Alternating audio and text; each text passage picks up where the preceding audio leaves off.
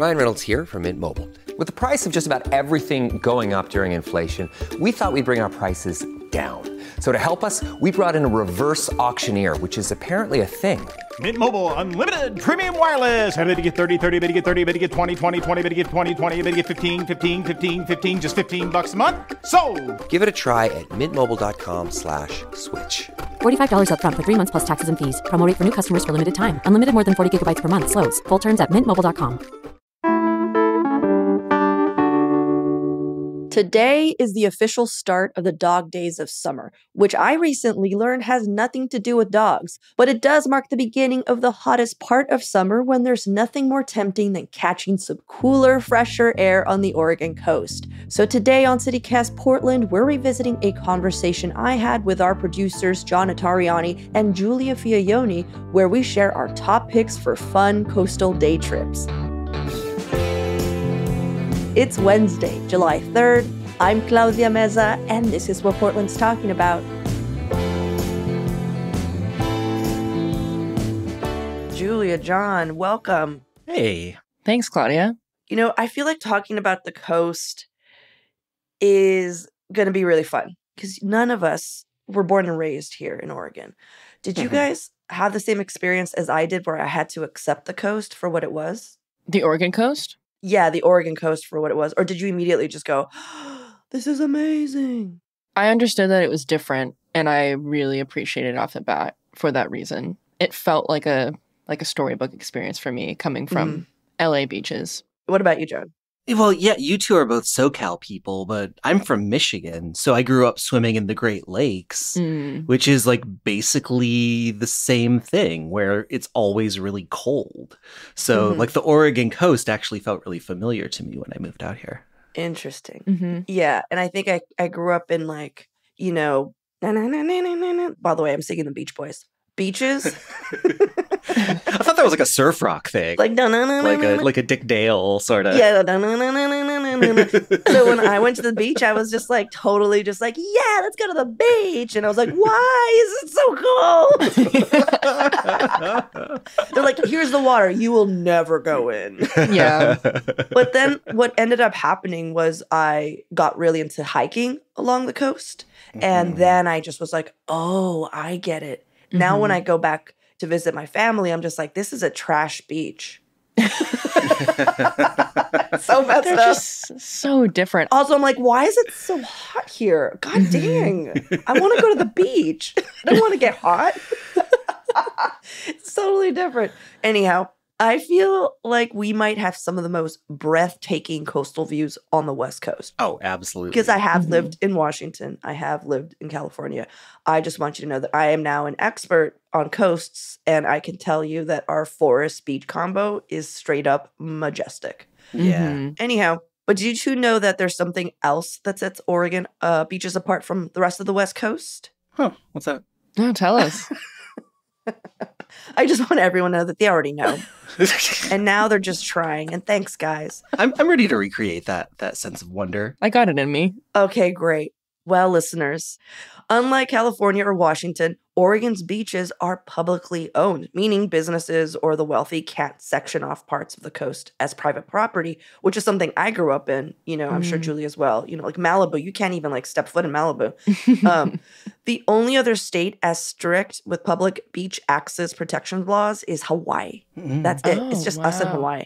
And it's all thanks to two Oregon governors. The first was Governor Oswald West. His name might be familiar because a lot of state parks and beaches are kind of named after him for this.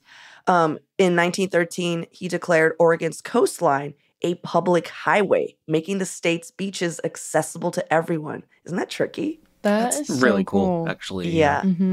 But then in like the late 60s, a Cannon Beach hotel owner successfully found a loophole to essentially restrict access surrounding his own establishment. And Governor Tom McCall got a helicopter, flew down, did this like, I don't know if y'all know about Governor Tom McCall, but he was amazing. He was very just grandiose. And he brought reporters and whatever. And He just was like, this isn't right. And he brought the final legal hammer by helping enact the Beach Bill of 1967. And that law spelled it out. You cannot block access no matter what you own from the water to the vegetation line. And that's why I feel like Oregon beaches are especially pristine. That's really cool. Yeah. I'm just picturing McCall like hanging out the side of a helicopter, like, no, you can't do this. Get out of here. I did save that tidbit for you guys. So yeah, that's my favorite part. Thanks. okay. Cool. Thank you guys. Before we jump into our favorite spots and our recommendations, I have some questions to ask y'all. All right. What is your coast trip survival pack? Yeah, I can jump in. I mean, for me, it's like 3 things feel pretty important. I want to bring an oyster shucking knife. Oh, smart. Because, like, sitting down on the beach, you just grab some oysters from, like, the Coast gas station. If you don't have an oyster shucking knife on you, you're going to be a real sad puppy. And I love to, like, get a dozen oysters, open them up on the beach, hang out. Super great. Number 2, we kind of already talked about it. Like, I would definitely bring a hoodie because there's been so many times where I thought it was going to be warmer at the beach and it wasn't. So making sure that I have something warm to wear. And sort of what you were saying, Claudia, I bring my hiking boots because I also think that the coast and hiking around there is amazing. It's a little bit cooler than it is in the city. You can get these like really wild, amazing views. And it, you know, there are some significant mountains and hills like right near the coast as well. So you can actually get some good elevation hikes in. Nice. What about you, Julia? So I got 2 things on my list. I feel like a lot of my joy around visiting the Oregon coast is the drive up. So sometimes that drive, you'll experience pockets of like service outages. So I always make a playlist for the ride and I download it ahead of time. So smart. That is it. That is what you do. You oh gotta. My God. And for me, my preference in that case is to always have like a bit of a dreamy playlist. So like indie folk rock to kind of experience winding through the forest and onto the coast. But my second thing, so I also, when I'm going to the coast, I'm balling on a budget a little bit. So I like to bring food, but specifically I like to bring what it is essentially a fishing tackle box, but for snacks. And you might have seen it trending. It's called a snackle box. And it makes it so that you can bring a deconstructed charcuterie board on the go. And it's one of those things because it's so nicely laid out. You can also snack on it in the car as you're driving. So for sure, that's in the car with me as well. These are all amazing. By the way, you guys basically said my entire list. Julia, I thought I was going to surprise everyone with like, yeah, download your playlist. And everybody would be like, oh my God, you're a genius. I've never thought of that. Way ahead of you. Oyster shucking knife, though, I've never thought of, John. And brilliant. That's I'm going to put that in. Key. And I will be Googling snackle boxes after this. So You gotta. That sounds freaking awesome. One thing I will say that I do bring that I didn't hear is I always bring a bottle of wine. But that's just me, you know? So I would love to know now, like, some places that you recommend. John, you want to start us off? Yeah. One of my favorite places on the Oregon coast is like the Oceanside Netarts area. Basically due west of the city, about 2 hours, not even a 2-hour drive to get there. Oceanside, Oregon is just this tiny little place. There's like 1 or 2 restaurants there. The beach is never busy. There's this one Airbnb there that I absolutely love. I'm not going to tell you anything more about it because I don't want y'all to book it so I can't ever get there again. And it's just like this perfect little coastal spot. It's a little bit quiet. There's this place called The Schooner. It's a restaurant where you can sort of be on the coast, on the bay, and get some fresh seafood. And it's like Netarts is my favorite oyster spot on the Oregon coast. I think I'd mentioned before on the show the Bayside Market, where you can go to the gas station and get a dozen oysters really cheap. There's also an old guy who lives on the bay who like farms, who grows his own oysters. And if you go at the right time of year, and you go at low tide, you can actually go out into the bay and like harvest your own oysters. He'll give you a bucket And you can just go out and like fill a bucket full of oysters pulled right out of the ocean. Oh my gosh. Take them home with you. It's so great. I've actually seen that happen. It's really amazing. Yeah. I recently discovered this part of the coast, John, and schooner, I was blown away. I was so surprised how good that restaurant was. It's so good. Yeah. It's so good. Yeah, I love that area. And my favorite hike around there is a little bit south, Cape Lookout, which is a hike that goes out like into the water through the woods. And then you can just get this incredible view of the water when you hike all the way out overlooking a cliff. So yeah, Oceanside, Netarts area. So great. So my first top pick is Painted Rock Beach in Seaside. I do enjoy the Seaside area generally, but you got to check out Painted Rock Beach. This beach specifically is about an hour and 45 minutes, a little northwest of Portland, so not too hard to get to. The Painted Rock Beach area specifically is quite small. It's like less than a half of a football field in length and width, but it's on the main beach near an entrance of getting on to the actual sand part. And what's there is just like hundreds of varying different rocks and stones that are painted by visitors who have come to the beach. And you'll find anything on those rocks. Sayings, like things in memorial of people who have passed away, little pictures and like glue, googly eyes, you name it. So you can spend quite a while just sitting and looking at those rocks and seeing what you can find. I'm already charmed. Yeah. Like, I am 100% charmed. I've never been, I'll be honest, never been. Oh, really? Yeah. Also never been? Yeah. Yeah. Gosh, I had thought when I went, I had this impression that it was like a touristy spot. Like Seaside, I've just not been to, really. Like, I have been, but I've driven by and I'm just like, no, thank you. I don't know why. I think it's because I see a lot of people. And so I didn't know there were these little pockets. Like, this is awesome. Yeah. Go on. I'm sorry, Julia. This is like It's okay. a thing we do. We're just like, Julia, tell us everything. Let me interrupt you.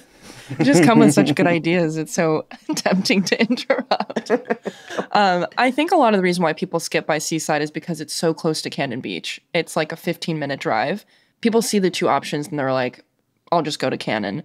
But go to Painted Rock and just sit in like the comfort of that community of people who are also excited to be at the beach and have left their memories there. But I would say if you are going, there's a place that you should stop at before you get there. So it's a park called Clutchie Creek County Park. And when you go, there's this like giant spruce tree trunk that you can kind of climb on and take pictures with. But the whole area is around a river that you can boat and fish and hike around. And it's so like whimsical and set aside from everything else. And it's a great spot to just kind of sit down and have a lunch before you hit all the tourist spots. And it's incredibly beautiful, especially if you go at that like midpoint where the sun's about to set in the day. So stop there. And then of course you're right near Cannon Beach. So you can hit all three of those spots in one day. I also want to just point out, like, that is a real, I was like, that sounds so familiar. I think that like there's a big dirt trail bike area because I know I have a lot of friends who are into mountain biking or getting on those trails. And I remember them talking about that place. Do you see a lot of bicyclists or? That was a great point. It's to the left of where the walking trails are, but there is so much to do there. I'm glad that you mentioned that. I remember stuff when people tell me. But anyhow, like I said, you know, coming from Southern California many years ago, I used to like to surf a lot more as a child. And so my friends were like, oh, we're going to take you to Short Sand Beach. That's where all the surfers go. And that was the first experience of the Oregon coast specifically. And it's near Oswald West State Park. But what's great about Short Sand Beach is it's about less than a mile walk in. It's not much of a hike, but you do have to walk in. So when you're walking in, there's all these people with their boards going in as well. And it's a beautiful little trail. And then, of course, you know, it's just like forest, then wah, you know, just wide open space. Here's the beach. There's all these little fires happening. It's just beautiful. I loved it. And it also feels like you're getting hugged a little bit because it's not like a huge expanse. Like you can't just like look to your left or right. It's just like nothing but coast. It just has this little pocket. Oh, that sounds so nice. But the other thing that you can do is there's the Oswald West State Park. So you can go check out, you know, all these trails. But my favorite trail is the Cape Falcon Trail. And it's something similar, John, where, you know, you go up and you can look down and see all the surfers.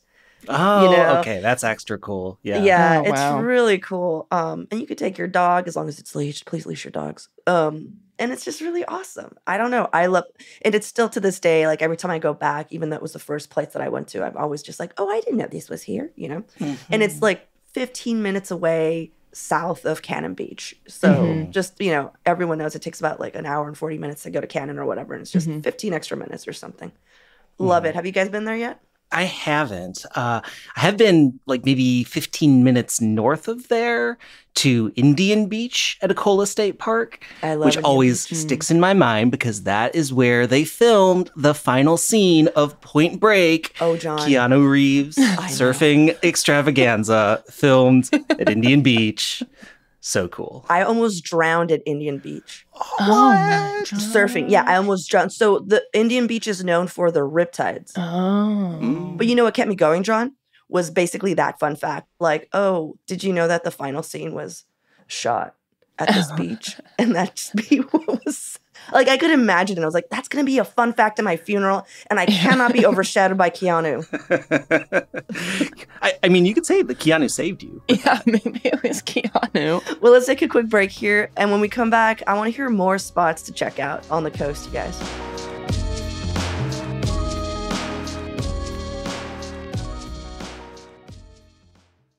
Hi, I'm David Plotz, CEO of CityCast. Or, as I can say now, thanks to a few weeks with Babbel, hola, soy David Plotz, el jefe de CityCast. What if in 2024 you got a little bit better every day? When you're learning a new language with Babbel, that's exactly what you're doing. And if Babbel can help me start speaking a new language in just 3 weeks, imagine what you could do in a full year. I got started with Babbel because I realized that my girlfriend, who's a native Spanish speaker, and my son, who's in AP Spanish, were conspiring against me, or I thought they were conspiring against me in Spanish. I wanted to know what they were talking about. And now, thanks to literally just a few weeks of Babbel, I'm starting to be able to eavesdrop. It is rare that something so fun and simple, and Babbel is super fun and very simple, is also so useful. So here's a special limited time deal for CityCast listeners. Right now, get up to 60% off your Babbel subscription, but only for CityCast listeners at babbel.com/CityCast. Get up to 60% off at babbel.com/CityCast. Spelled BABBEL.com/CityCast. Rules and restrictions may apply. Ryan Reynolds here from Mint Mobile. With the price of just about everything going up during inflation, we thought we'd bring our prices down. So to help us, we brought in a reverse auctioneer, which is apparently a thing. Mint Mobile Unlimited Premium Wireless. How to get 30, 30, how to get 30, how to get 20, 20, 20, how to get 20, 20, how to get 15, 15, 15, 15, just $15 a month? Sold! Give it a try at mintmobile.com/switch. $45 up front for 3 months plus taxes and fees. Promo rate for new customers for limited time. Unlimited more than 40 gigabytes per month. Slows full terms at mintmobile.com. So, John, what's another place that we should check out? So I'm going for one that I think most people wouldn't think about as being a super hot destination, but I'm going pretty far south. I'm going to go to like the Coos Bay area, a little bit further, about maybe 4.5 hours. I did this last summer. I went down to Coos Bay, and that spot is amazing. It's not very touristy at all, but that is also where the Oregon dunes are. And if you've never been to the Oregon sand dunes, they are amazing. And I went out there and rented dune buggies. So which is always so wanted to do much that. fun. Oh my gosh. Oh my gosh. It's the sort of thing where it's like, are we allowed to do this? This feels so incredibly unsafe. You're like going up this like 100-foot sand dune in this like turbo gas powered dune buggy. You can take them out on the beach and just like cruise down the beach. It is, I know that it is like environmentally not the coolest thing. I know like everything about it. I totally understand, but I still am going to say it's so much fun to rent a dune buggy and just go tear around on the Oregon coast. I love it so much. Love it. Yeah. The southern Oregon coast is particularly breathtaking. What about you, Giulia? So my next pick is Rockaway Beach in Tillamook County. So Rockaway Beach is in this tiny little city. It was founded in 1909 and it only has about 1,300 people. So when you go there, it has that like sweet little small town coast city feel. And it's 2 hours directly west of Portland. But what's special about Rockaway Beach is that it's in this section of coast that has this steam engine train still running through it, right almost on the sand. So you can essentially be on the sand at Rockaway Beach and watching the train drive by. I found out just from doing some research, because at the time when I was there, I had no idea this was even a thing. You can actually ride this steam engine train, and there's a 90-minute ride from Rockaway to Garibaldi Beach, and it'll take you there and back. It's only $28 for adults, but you get to ride it all the way along the coast and back, which just sounds like such a magical experience. But on the beach itself, it's very peaceful, and it has a view of the Twin Rock Arches out in the distance, which is another like touristy viewpoint. But overall, the town itself is very sweet, and it feels like something out of a storybook, like, which is how I like to describe a lot of the Oregon coast. And they have a lot of these little like drive-through coffee carts that I love so much and usually associate with the coast. But by far, that train experience is something I would go back for. It just sounds like out of this world. Yeah, I've never heard of that. And I've actually stayed at Rockaway Beach at a, rental house with some friends. Yeah. The thing I love about Rockaway Beach is the Ramon song. It's like my favorite thing. It's like to go to Rockaway Beach, listening to Rockaway Beach is my favorite. That's my favorite thing about it. Yeah. What about you, John? Have you been to Rockaway? I haven't, no. And I think I've been to the Rockaway Beach in New York, which is why, as you were talking, I'm like, wait, isn't that? But I guess there can be more than one Rockaway Beach. So you went to the actual Rockaway Beach. Oh, yeah. I'm just saying, in reference to the Ramones song. In reference to the Ramones song, yeah. Yeah. Nice beach. Cool. John's pick. One of the most obvious beaches outside of New York City. So my last pick to share, I mean, this is the one where I take all of my guests that have never seen the Oregon coast. It's the Cannon Beach to Astoria drive and also like hang. So you go to Cannon Beach. In particular, I love taking them to the Warren Tavern, which is not on the main strip, and it's usually not that busy. There's a nice little sitting area outside, so if you have a dog, you can go out there, and it's been managed by the same like sassy gay man for like over a decade. Like every time I go there, I'm just like, oh, I love him. So the way I learned about Warren Tavern was I accidentally went to Cannon during Labor Day. And like, I don't know if anybody else has done, where you're a freelancer, but you just forget about holidays because you just don't have them. So we just went to the beach one weekend and we're just like, why are there so many people here? And on the drive back, there was a line because you know how 26 can back up and you're just sitting there. It just completely stops. Mm-hmm. And I was like, I'm sorry, screw this. We don't have to be at work tomorrow, Monday morning. So we went back to Cannon Beach and of course everything was jammed. And we went to a very busy restaurant and I was like, hey, where do you go after work? I was just like, where do you go like once you're done with this? Like, and they were just like, oh, we go to Warren Tavern. And so we just drove up a little and there was Warren Tavern. Nobody was there. And I was just like, yay. And I can't believe I'm sharing this. Like, I don't want to gatekeep Warren Tavern. It's freaking awesome. I had a final question. Are there any places you haven't been to yet on the coast that you want to visit that you're just like, this is like my bucket list for Oregon coast? It's funny because I can't stop thinking about the recommendations that the both of you have made over the past few months related to the coast. And the one thing that's really stuck are those gas station oysters. I obsess over them. I think about them at least once a week. And it cracks me up because I think it's sweet that we each have this like collective enthusiasm around oysters because not everyone likes them. I think we forget because of the three of us being so excited about it. But I need to go and get those gas station oysters. Bayside Market, baby. Yeah. The thing I've been wanting to do, and John, you kind of touched on it, is I've been reading a lot about James Beard.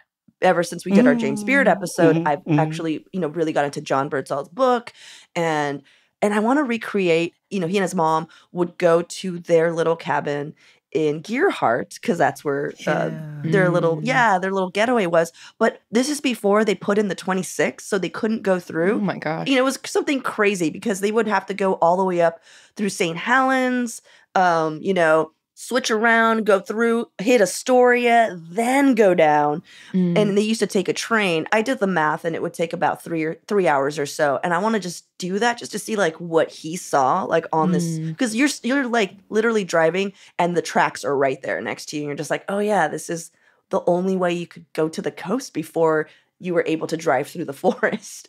So I want to do that. And then I want to go to Gearhart and I want to see his cabin. I want to eat at the places that, there are a lot of places that are themed around his favorite foods and stuff. And I want to check that out. I just want to like do Gearhart like a tourist, you know, that is just like a James Beard tourist.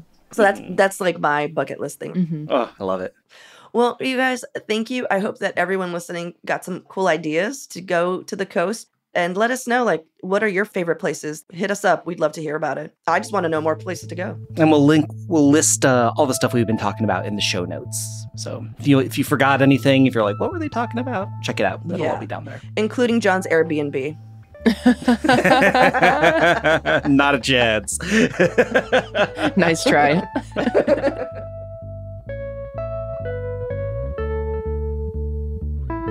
Just a quick note that we will be taking July 4th off, so we won't be on your feed tomorrow, but we will be back on Friday with a special All City Cast Roundup Bonanza. I'm talking every single host of all the City Casts across the nation got together to talk through a big headline affecting our region. Check it out. It should be fun. And we hope you have a happy and safe 4th of July from everyone here at CityCast Portland.